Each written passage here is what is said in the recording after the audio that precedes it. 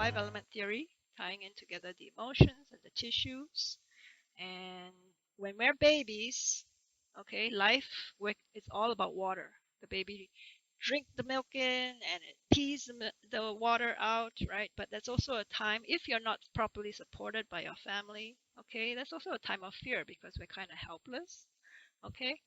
And mostly we are supported pretty well. And then, like you plant a seed into the ground and you grow and it starts to grow, then it'll start grow into a beautiful tree, yeah. And so you get to the stage of wood, from young childhood, babyhood to young childhood to wood. And then, as you know, teenagers, I have a couple of 11-year-old twins now going on to middle school and to teenhood soon. They are gonna and are already having a little bit more irritation, more anger.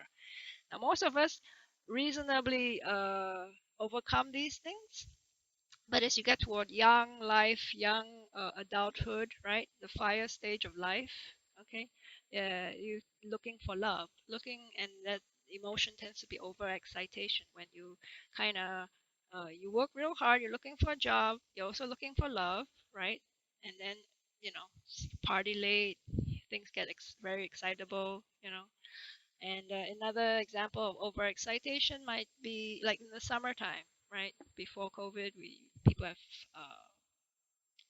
weddings, right? And it's a happy situation, but sometimes the bride and everybody's like super happy, and it's like, oh, I can't sleep, it's too excitable, and and sometimes characterization of people with this is like if you uh, have you ever met people who for some reason they're always laughing, okay, and you think it's a good thing, yeah, it's good positive people, but like some people just kind of or you've got a group of people together and it's funny and everybody just laughing, and it's like a little bit too much, okay. So in other words, this idea of fire is like excess, too much, right, and too much heat going on. Then you come down to the earth element with your stomach spleen, where you're having a worry, anxiety, too much going on, handling too much, and it's supposed to be your abdominal chakra there, but you're not taking enough time for your food, therefore you're not digesting well, then you're going to have and sleeping too late, so your schedule's not good, you're not managing life very well, or you are having kids, having your work, having your parents to take care of, and so forth. Okay, so a lot of anxiety, worry in this stage of life. And then as we get the kids grow up, we get to the lung, the metal element. Okay, where the kids are all gone, but there's maybe and the fall season is also at this time right now. Yeah, a little bit sadness, a little bit grief, that passing of the peak energy, right?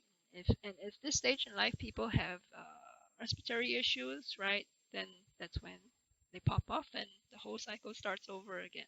Okay, so very simple relationship in the five element theory.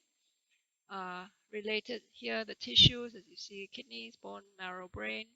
Okay, liver, tendon, ligaments, nails, vision. All right. So sometimes when I see people in pain, they have vision pain, then I'm thinking about, okay, there's something going on with their liver. And it has a very interesting correlation. It's not just the symptom itself, but it's related to a whole pattern diagnosis. Okay, so you can read for yourselves here about the heart pumping blood, sweat blood, vessels, housing the spirit. So in Chinese medicine, the spirit is very important too. It's not just the physical. We always think it's physical.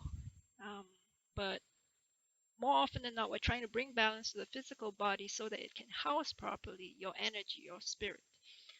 All right, and stomach muscles go into the stomach and spleen. The nutrition goes in the muscles to help you to focus and concentrate, right, and transform and transport the nutrients all around, right? Lung for sweat, nasal mucus, and housing your corporeal soul.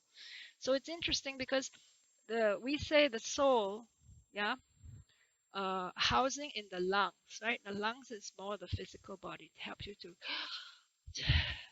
take a breath. Okay, that would be your corporeal soul. All right, but once the body physically dies, then what goes on? We say the ethereal soul is in the liver. So if you're a person who's like really irritated, easily agitated, yeah, you have too much pressures going on. So what's happening to your ethereal soul?